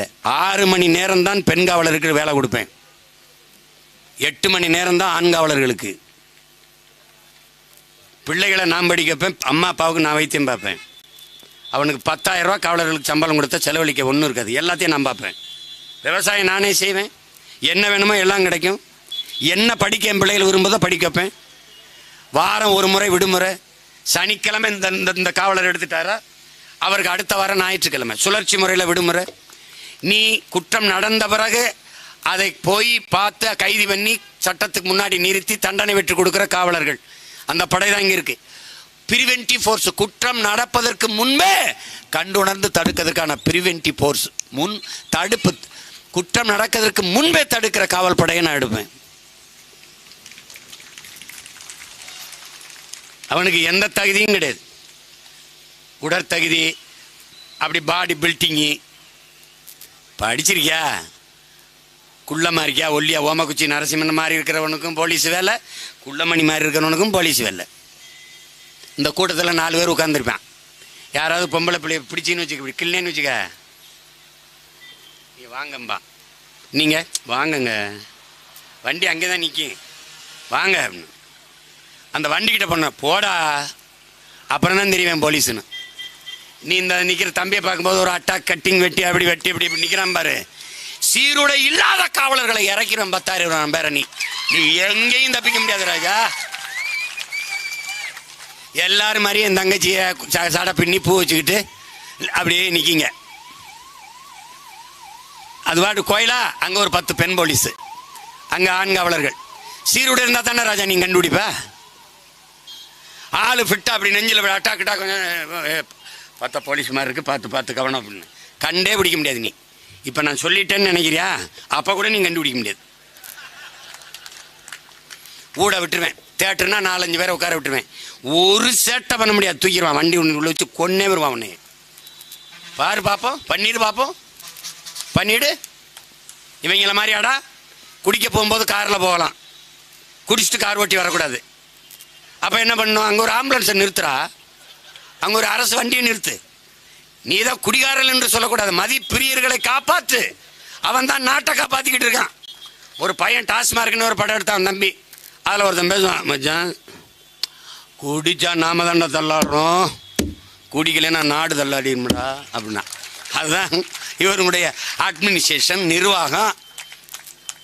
ஆகச்சிறந்த ஆட்சி, ஈடு இணையற்ற ஆட்சி, 2 ஆண்டே சாட்சி. இப்படிலாம் பேச இருக்கா உங்களுக்கு மனசாட்சி? ஐயோ, பொறுமை, கொடுமை உள்ள புகுத்தி விட்டுருவேன். ஒன்றும் பண்ண முடியாது. நீ வணிக வளாகமா, சந்தையா, தெருவா, திருவிழாவா, தப்பிக்க முடியாது ராஜா. பிச்சு விட்டுருவேன். நீ தங்கிலீஷ் பேசு. ஏய், அங்கே ரஷ்யாவிலேருந்து லாட்வியா பிரிஞ்சு வருது. லாட்வியா ரஷ்ய மொழியே பேசுவாங்க, அவங்க எல்லாம் பேசிட்டு வந்தான். அப்படி தான் இந்த உக்ரைனு இதெல்லாம் பிரிஞ்சு வருது. அப்போ இந்த லாட்வியாவில் ரஷ்ய மொழியை கலந்து பேசணும். அப்போ நம்ம சமஸ்கிருதம் ஆங்கிலம் கலந்து பேசுகிறோம்ல. மச்சான் ரன்னிங் ஓடுவோமா? அதான் ஓடுவோமாங்கிறிய, அப்புறத்துக்கு ரன்னிங்கை போடுற. அந்த கேட்டு கதவை சாத்திட்டு வா தம்பி, தம்பி இந்த கேட்டு கதவை போடு தம்பி, போட்டு வா, மூடிட்டு வா தம்பி. அப்படித்தானே இவன் பேசுறது, அப்படித்தானே சொல்லுவான், அப்படித்தானே. அந்த டிவியை போடு அப்படிம்பேன், தூக்கி தலையில் போட்டங்க அப்படின்னு. எல்லாவற்றுக்கும் தமிழ்ல சொல்லு இருக்கு. ஒருத்தட்ட தடத்துல இருங்கன்ட்டேன். எப்படி தடத்துல இருங்கன்னு லைன்ல இருக்கு சொல்றீங்க, அப்படித்தானே? ஆமாங்க, அதுதான் தடத்துல இருங்கன்னு சொன்னேன். தமிழ் மாதிரி ஒரு மொழி உண்டா? பல லட்சம் கலை சொற்கள் உயிர் சொற்களை கொண்ட உலக மொழி முதன் மொழி தமிழ். எந்த மொழியின் துணையும் இன்றி தனித்து இயங்கக்கூடிய உயர்தனி செம்மொழி உலகத்தில் உண்டென்றால் அது தமிழ் தான். அதனால்தான் உயர் தனி செம்மொழின்னா. உலகத்தின் எம்மொழியும் துணையின்றி இயங்கும். நாம சொல்ல உலக பேரறிஞர்கள் சொல்றான், மொழியில் ஆய்வறிஞர் சொல்றான். நம்ம அப்பா மனவை முஸ்தபா பல லட்சக்கணக்கான கலை சொற்கள், அறிவியல், பொருளியல், தொழில், எல்லாவற்றுக்கும், மருத்துவம், எல்லாவற்றுக்கும் தொகுத்து வச்சிருக்காரு. அதை என் தம்பி செம்மல் வச்சிருந்தான். அதை இந்த திராவிடர்கள் திருடர்கள் அரசு வாங்கி நாங்கள் பயன்படுத்திக்கிறோம் வச்சிருக்கு வெளியிடாது. ஏன் வெளியிட்டா நமக்கு தெரிஞ்சிரும்ல. இப்போ நாம அதை பறித்து மறுபடியும் வெளியிடணும். கொடுமை. எல்லாவற்றுக்கும் தமிழில் சொற்கள் உண்டு, நம்ம பயன்படுத்துறது இல்லை. உனக்கு புரியாது. எல்லா மாநிலங்களிலும் அந்தந்த மாநில மொழிகளில் 40 விழுக்காடு 50 விழுக்காடு தான் தாய்மொழி, பிறகெல்லாம் பிறமொழி கலப்பு தான். ஆங்கிலம் இது மாதிரி தான். நமக்கு திரைப்படம்னு இருக்கு, மற்ற நாடுகளாக பிக்சர்லும் சினிமாலும் தான். அவனுக்கு எல்லாம் இருக்கும். இது எல்லா மாநிலத்திலையும் மைக்கு தான், நமக்கு தான் இது ஒளி வாங்கி. எல்லா ஊர்லையும் இது சேர் தான், நமக்கு தான் இது நாற்காலி. எல்லா ஊர்லையும் இது அம்பர்லா, நம்ம ஊர்ல தான் இது குடை. ஏன்? தமிழ் பெருங்கடலடா, உலக மொழிகளின் தாயடா. அதை பேசுறதுக்கு ஒன்றும் இல்லை. அந்த லாட்வியாவில் ரஷ்ய மொழியை கலந்து பேசினான். லாட்வியா தாய்மொழி மீட்சிக்கு ஒரு சட்டம் போட்டுச்சு. நான் சொன்ன மாதிரி சீருடை இல்லாத காவலரை உள்ள அனுப்பிட்டுது. இந்த கூட்டத்தில் டீ சாப்பிடுவோமா, டிஃபன் சாப்பிடுவோமா நீ பேசுனீன்னு வச்சுங்க, இங்கே வாங்க வாங்க, எங்கே வாங்கங்க வாங்க அப்படி ரொம்ப முறைச்சாருன்னு வச்சுக்கோங்க. அங்கங்கே மாதிரி எறும்பு மாதிரி எங்காலும் நிற்பாங்க. அங்கே ஏதோ பிரச்சனை சரசரன்னு வந்து அப்படி நிற்பாங்க. போயிட்டீங்கன்னா கூடவே வருவாங்க. போகலன்னு வச்சுங்க, பொழந்து கட்டி தூக்கி மூட்டையை கட்டி வண்டியில் ஏற்றி கொண்டு வருவாங்க. அங்கே வச்சு தமிழரா? சரி. பேசிகிட்டு இருக்கும்போது தெரியும்ல எவ்வளவு சம்பளம்னு கேட்பான். 50,000 25,000 இனிமேல் உங்களுக்கு இல்லை. தாய்மொழியோடு நீங்கள் பிறமொழி கலந்து பேசுனீங்கன்னா 25,000 இல்லை. இப்படி ஒரு சட்டம் போட்டால் எவனாவது இங்கிலீஷ் கலந்து பேசுவானான்னு மட்டும் பாரு. 50 பேருக்கு போட்டேன்னு வச்சுக்க, ஐயோ உனக்கு ஒன்று தோணுமா? தமிழில் பெயர் வைத்தால் வரி விலக்குன்னு ஐயா கருணாநிதி அவர்கள் அறிவிச்சிட்டாங்க. இந்த தயாரிப்பாளர்கள்லாம், தம்பி சீமா இது தமிழ் தானே, வைக்கலாம்லப்பா, எப்பா நல்லா யோசிச்சு சொல்லுப்பா, தமிழ் தாப்பா. ஐயா ஒரு கையூட்டு மாதிரி பண்ணிட்டாரு. எப்படி பண்ணிட்டாரு? தமிழில் பெயர் வைத்தால் வரி விலக்கு, கொஞ்சம் வரி சலுகை தரேன்ட்டு. நம்ம ஆட்சி தமிழில் பெயர் வைக்கலைன்னா ரெட்டிப்பு வரி விதிப்பு. எப்படி? ரெட்டிப்பு வரி விதிப்பு. அப்புறம் தமிழ்நாட்டில் எந்த திரையரங்கும் கொடுக்கக்கூடாது. இங்கிலீஷில் பேர், இங்கிலீஷில் இங்கிலாந்தில் வெளியிட்டுக்க, இங்கே திரையரங்கு கிடையாது. கேட்கும்போது உனக்கு ரொம்ப கஷ்டமாக இருக்குல்ல. இதாண்டா தன்னலமற்ற அன்பான சர்வாதிகாரம். தன்னலமற்ற அன்பான சர்வாதிகாரம் ஆட்சி முறை இல்லாத ஒரு நாட்டை செதுக்க முடியாது, வளர்க்க முடியாது, வாழ்க்க முடியாது, ஒன்றும் பண்ண முடியாது. தன்னலமற்ற அன்பான சர்வாதிகார முறை என்பதே தாயின் பேரன்பு என்பதை நீ புரிஞ்சுக்கணும். தாயின் பேரன்புதான் தன்னலமற்ற அன்பான சர்வாதிகார ஆட்சி முறை. எதுவும் எனக்கு இல்லை, என் மக்களின் நலனுக்குத்தான், எதிர்காலத்துக்குத்தான். அப்படிங்கும்போது இதை கடைப்பிடித்துத்தான் தீரணும். 60 கிலோமீட்டர் வேகத்தில் தான் இந்த சாலையில் நீ பயணிக்கணும். சட்டம் இருக்கும். இப்படி இருக்காது. இருமருங்கும் வளைவு, அங்க பதாகை இருக்கும். 60 கிலோமீட்டர் வேகத்தில் நீ செல்லணும். தமிழ் பிறகு சின்னதாக ஆங்கிலத்தில் ஓடிக்கிட்டே இருக்கும். 60 கிலோமீட்டருக்கு இங்கே பாரு, மேலே கருவி, கீழே கருவி, இங்கே கருவி, இங்கே கருவி, இங்கே வச்சிருவேன். நான் ஐ ஆம் த பிக் பாஸ். ஓட முடியாது, ஒழிய முடியாது. ஆல்வேஸ் ஐ ஆம் வாட்சிங். அப்படியே பாட்டே இருப்பேன். நீ அங்கே ஓடனேன்னு வச்சுக்க, இந்த சாலையில் நிற்கிற போக்குவரத்து காவலர்களை வெளியெடுத்துருவேன். யாருமே சாலைகளில் நிற்கக்கூடாது. குளிரூட்டப்பட்ட அறை சாலையின் இரு ஓரம், இங்கே ஒரு ஓரம் அங்கே ஒரு ஓரம், கண்ணாடி அறை அப்படி வச்சிருவேன். எல்லாம் தெரியும், எல்லாம் கண்காணிப்பு கருவி இங்கே எல்லாம் கணிப்பொறியில் ஓடிக்கிட்டே இருக்கும். எல்லாம் பார்த்துக்கிட்டே இருப்பாங்க, பார்த்துப்பாங்க. ஒருத்தர் வேகமாக போனோன்னே கெங் அடிச்சிடுவார். அடித்தோடனே இங்கே வந்துடும் வண்டி, என்ன பதிவு எல்லாம் இங்கே வந்துடும். வந்தவொடனே இங்கே தப்பிச்சிருப்பான், அடுத்த குறுக்க வந்து கட்டை நிறுத்திடுவார். வாங்க, நீங்கள் தானே இந்த இடத்துல ரொம்ப வேகமாக வந்திருக்கீங்க? இல்லையே, இங்கே வாங்க, இது நீங்கள் தானே? அந்த படத்தை காட்டணும். ஆமாம், நீ வேகமாக வந்ததுக்கு 1000, நீ பொய் சொன்னில இல்லைன்னு அதுக்கு ஒரு 1000, 2000 கட்டிட்டு போ. சிங்கப்பூர் 12 தவறுகளை பொறுக்குது. நான் என்ன பண்ணுவேன்? அதே 12 தவறுகளை பொறுப்பேன். அதுக்கப்புறம் என்ன பண்ணுவேன்? ஓட்டுநர் உரிமையை நான் வாங்கி வச்சுப்பேன். வீட்டில் வண்டி வச்சு தினம் தொடச்சி பூஜை பண்ணிக்கிட்டு போயிட்டு வா, முடிச்சிருவேன். இந்த பயம் இல்லைன்னா நீ இந்த நாடு நாடாகாது. தலைவர் சொல்றாருல, மரண பயம் ஒன்றுதான் மானுட சமூகத்தை ஒழுங்குபடுத்துங்கிறார். செத்துருவோம்னு பயம் ஒன்று தாண்டா ஒழுக்கானுக்கு வைக்கும். இல்லைன்னா ரொம்ப ஆடுவான், என்ன பண்ணி போயிடுவான்பா. அப்ப என்ன பண்ணலாம்? ஒரு தோட்டா ஒரு டாட்டா, வேற ஒன்றும் பண்ண முடியாது. இவங்க அப்படிலாம் செய்ய மாட்டாங்க தம்பி. இவங்களுக்கு நம்ம உணர்வை பற்றியோ உரிமையை பற்றியோ உடைமை பற்றியோ கவலையே கிடையாது. இவனுக்கு நம்ம ஒரு ஓட்டு, தட்ஸ் ஆல். நம்ம ஒரு ஓட்டு, அவ்வளவுதான். வாக்கு இல்லை என்றால் நம்ம வாழ்க்கையை பற்றி இவன் கவலையே பட மாட்டான். பட்டதில்லையே. என் தங்கச்சி சொராபர் காளியம்மா 25 மீனவனை 26 மீனவனை கைது பண்ணியிருக்கான். உனக்கு மீனவன் உலக மானுடர்களின் உணவு தேவையில் 33 விழுக்காட்டை நிறைவு செய்வது மீன். அந்த மீனை பிடித்து உனக்கு தருபவன் மீனவன். அவன் இல்லைன்னா என்ன? நீ 33 விழுக்காடு உணவு தேவையை நிறைவு செய்வது மீன். இவன் ஏன் கொல்லப்பட மாட்டான்? அதிகாரத்தில் போக மீன் சாப்பிட மாட்டான். வந்தா வெங்காயமே நான் சாப்பிட்றதில்ல, வெங்காயம் விளையாடுனா எனக்கு நினைட்டானே.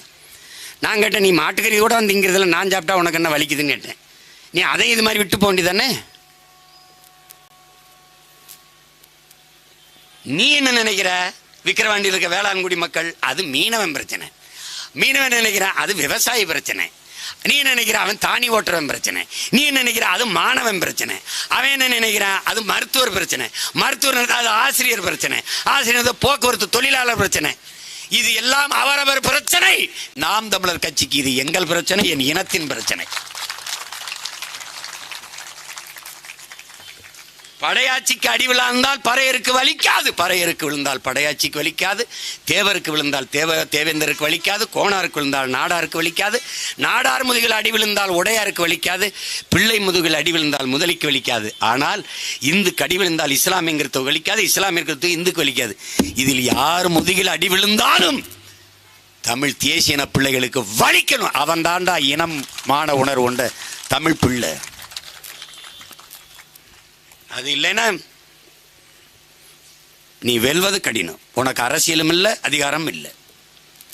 உதயநிதிட்ட கொடுப்ப, அப்புறம் இன்பதிட்ட கொடுப்ப, நீ சுடுகாட்டில் போய் கள்ளச்சாராயம் குடித்து படுப்ப.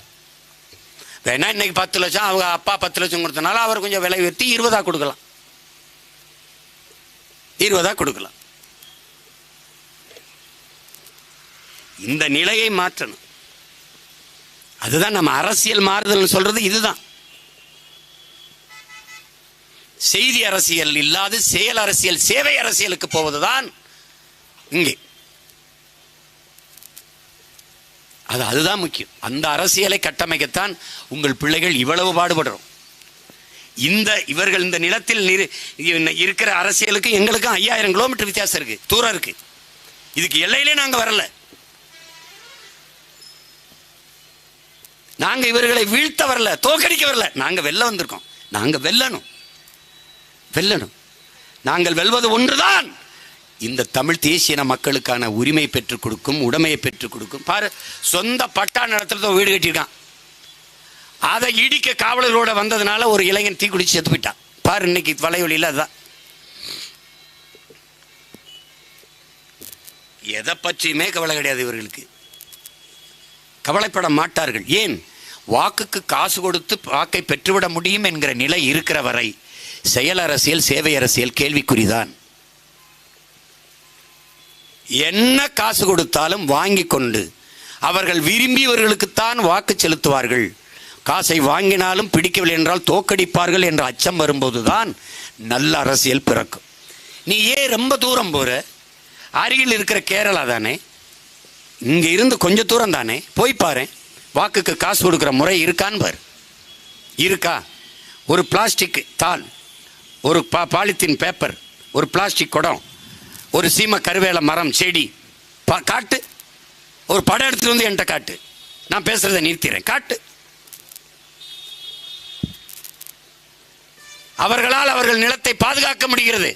ஆனால் அவர்களுடைய மருத்துவ கழிவை, ஆடு மாட்டு கழிவை, மற்ற கழிவுகளை எல்லாம் அவர் மாநிலத்தை தூய்மையாக வைத்துக் கொண்டு நம்ம தமிழ்நாட்டில் வந்து கொட்டுகிறார்கள். தமிழ்நாடை அவர்களின் குப்பை மேடாக ஆக்குகிறார்கள். இங்கே ஆளுகிறவர்கள் அதை தடுக்க முடியாது. ஏன்? அவர்களுக்கு அக்கறை கிடையாது. அவருக்கு தெரியாதா கேரளா கழிவு இங்கே கொட்டுறான்ட்டு? தெரியாதா? தெரியும். நாடு எப்படி போனா என்ன? பள்ளிக்கரணை இயற்கையின் சதுப்பு நில ஏரியை அரும்பெரும் கொடையை குப்பை மேடாக மாற்றியவர்கள்ட்ட போய் இதையெல்லாம் பேசி என்ன பயன் இருக்கு? ஆர்கே நகரில், எழில் நகரில் 100 ஏக்கரில் பாலித்தீன் பிளாஸ்டிக் குப்பைகளை கொட்டுகிற குப்பை மேடை உருவாக்கியவர்கள். 100 ஏக்கரில் ஏரி வெட்டி இருந்தால் சென்னை பெருநகரின் நீர் பஞ்சம் குறைஞ்சிருக்கும். கூவத்தை சுத்தம் பண்ணுவேன் தேர்தல் நேரத்தில் சொல்லிட்டு பல ஆயிரம் கோடி ஒதுக்கிட்டு ஏன் நீங்க சுத்தம் பண்ணல? அங்க முதல்ல கிடக்குன்னு சொல்லிட்டு வெளியில வந்த பெருமகன் தான். ஏன்? அதை விட பெருமுதல இங்க ஆட்சியில் இருந்ததுனால ஒழிக்கணும், இதை வீழ்த்தணும். அப்படின்னா என்ன பண்ணணும்? நாம வளரணும். அவன் குள்ளமாக வேண்டும் என்று நீ போராடாத, நீ வளர வேண்டும், உயரமாக வேண்டும் என்று போராடு. அதான் இருக்கிற கோட்பாடு. நேர்மையான சிந்தனை, நேர்மையான எண்ணம் 2 மடங்கு வலிமையை தரும் என்கிறார்கள். நீ அதை உன் எண்ணத்தில் வளர்த்து கொண்டு நாம் வெல்ல வேண்டும். அதை தவிர இந்த இனம் வாழ்வதற்கு, எழுவதற்கு வாய்ப்பே கிடையாது. உன் மொழி மீட்சியுற, உன் இனம் எழுச்சியுற, உனக்கு அரசியல் அதிகாரம் வர, அதை வைத்து ஒரு நில வளத்தை, நீர் வளத்தை, காட்டு வளத்தை, கனிம வளத்தை, மண் வளத்தை, மலை வளத்தை பாதுகாக்க இருக்கிற ஒரே வழி நீ வெல்வதுதான். அதிகாரத்தை பிடி, அதற்கு பிறகு அடி. அதுவரை பொறுமையை கடைப்பிடி, வேற வழி கிடையாது. பொறுமை என்கிற மரத்தின் வேர் எப்போதும் கசப்பாக இருக்கும். அந்த மரத்தின் கனி அருமையாக, மிகச் சுவையாக, தித்திப்பாக இருக்கும் என்கிறார் தலைவர். அதை கற்றுக்கொண்டு என் அன்பு பிள்ளைகள், இந்த களத்தில் இன்னும் சரியாக 3-4 நாட்கள் தான். எதை பற்றியும் கவலைப்படாத. உறுதியாக நாம் வெல்ல போறோம். ஒரு நாள் வெல்ல போறோம். இந்த உலகம் நம்மை திரும்பி பார்க்க போகிறது. ஆக சிறந்த ஆட்சியை, நம் முன்னவர்கள் கனவு கண்ட ஆட்சியை தமிழர் தாய் நிலத்தில் நாம் நிறுவப் போகிறோம். அதை உறுதியாக நீங்கள் நம்புங்கள். களத்திலே நில்லுங்கள், வெல்லுங்கள், உலகத்திற்கு உறக்கச் சொல்லுங்கள். புரட்சி எப்போதும் வெல்லும். நாளை உங்கள் பிள்ளைகள் எங்களின் வெற்றி அதை சொல்லும். இலக்கு ஒன்றுதான், இனத்தின் விடுதலை. இனம் ஒன்றாவோம், இலக்கை வென்றாவோம். இந்த கோட்பாட்டை ஒவ்வொரு நாளும் உச்சரியுங்கள். களத்திலே நிற்கிற நம் உயிர் தங்கை, நம் அருமை தங்கை அபிநயா பொன்னிவளவன் அவர்களுக்கு மைக்கு சின்னத்திலே வாக்கு செலுத்தி என் அன்பு சொந்தங்கள் எங்களை வெற்றி பெற செய்யுங்கள். எங்களின் வெற்றி, உங்களின் வெற்றி, உழைக்கும் மக்களின் வெற்றி, பாட்டாளி மக்களின் வெற்றி, அடித்தளத்தில் ஆழ்த்தி வைக்கப்பட்டிருக்கிற அடிமை தமிழ் சமூகத்தின் விடுதலைக்கான வெற்றி என்பதை நினைவில் வைத்துக்கொண்டு மைக்கு சின்னத்தில் வாக்கு செலுத்தி வெற்றி பெற செய்யுங்கள். நன்றி, வணக்கம். நாம் தமிழர்.